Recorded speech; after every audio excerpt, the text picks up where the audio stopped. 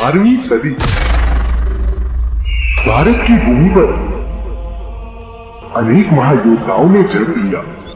मेरी मिट्टी का वीर योद्धा,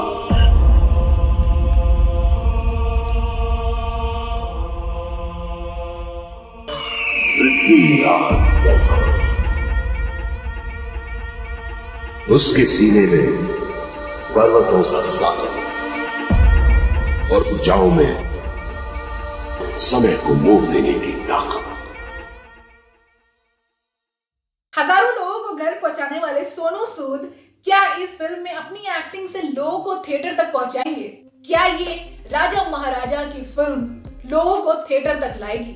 इस फिल्म का प्रोडक्शन किसके हाथ में है और इस फिल्म में कौन कौन कास्ट होने वाला है? तो चलिए शुरू करते हैं इस फिल्म के बारे में बात। उससे पहले मेरा short mini introduction. Hi guys, मेरा नाम है निदा और आज मैं बताऊंगी आपको फिल्म पृथ्वीराज के बारे में, जो कि नेक्स्ट ईयर रिलीज होने वाली है। इस फिल्म में आपको अक्षय कुमार दिखाई देंगे, जो कि साल में 4 मूवीज करते हैं। उसेन बोल्ट की भी स्पीड कम पड़ जाए इनकी फिल्म साइन करने की स्पीड से। वैसे अगर आपको समझ में आ गया हो तो आगे बढ़ते हैं। वैसे छोड़िए, आगे बढ़ते हैं।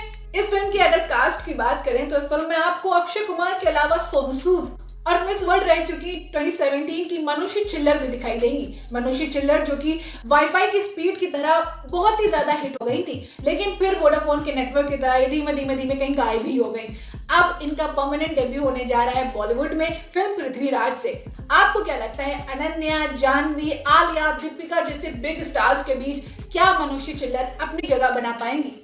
ये तो आने वाला वक्त बताएगा, लेकिन मैं आपको बता दूं कि सिर्फ यही मिस वर्ल्ड नहीं है जो इस फिल्म में कास्ट हुई थी। तो और कौन दूसरी मिस वर्ल्ड है जो इस फिल्म में कास्ट हुई थी?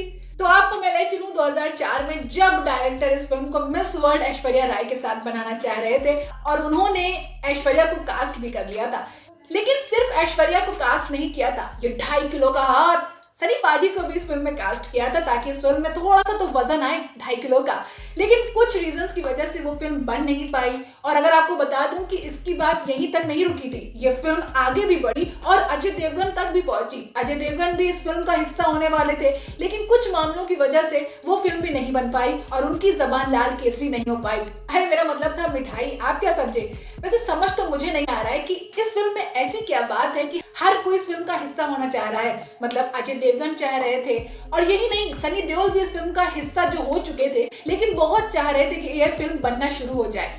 लेकिन डायरेक्टर ने ये फिल्म इसलिए नहीं बनाई क्योंकि ये फिल्म एक हिस्टोरिक इवेंट पर बेस्ड है और राजा महाराजा की लाइफ पर बेस्ड है। तो ये फिल्म का बजट बहुत ज्यादा आ रहा था और बजट की वजह से इस फिल्म को कभी भी शुरू नहीं किया जा सका और यही बात है कि फिल्म बंद हो गई। लेकिन जब अक्षय कुमार की किस्मत में ये फिल्म लिखी थी तो फिल्म सनी देओल, अजय देवगन कैसे कर सकते थे? यही बात है कि अक्षय कुमार की झोली में ये फिल्म आ गई। वैसे आपको मालूम है, ये फिल्म 50% कंप्लीट हो गई थी लॉकडाउन से पहले, लेकिन लॉकडाउन आ गया और इस फिल्म की शूटिंग और बीच में ही रोक देनी पड़ी।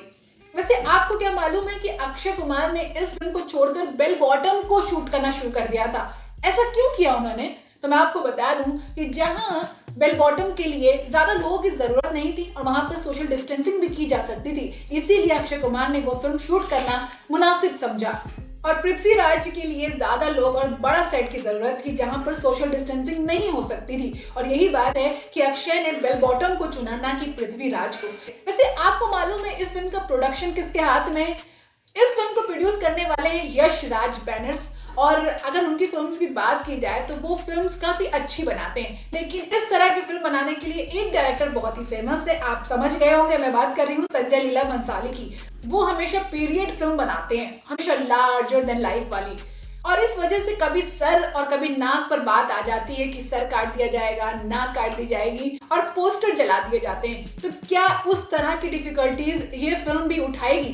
क्या उस तरह का आग का दरिया ये फिल्म पार कर पाएगी, या फिर इस फिल्म की कंट्रोवर्सीज भी पोस्टर फाड़ सकती हैं? ये सारी बातें आप बता सकते हो बॉलीग्रैड स्टूडियोज के सोशल मीडिया अकाउंट्स पर कि इस फिल्म का क्या हाल होगा।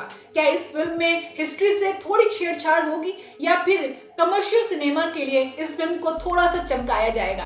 तो जैसे और बहुत सारी फिल्में आई हैं, पानीपत हो गई, बाजीराव मस्तानी हो गई, क्या उन्हीं फिल्मों की तरह ये फिल्म भी राज करेगी बॉक्स ऑफिस पर? अब पृथ्वीराज का क्या राज होगा, ये तो आने वाला वक्त बताएगा।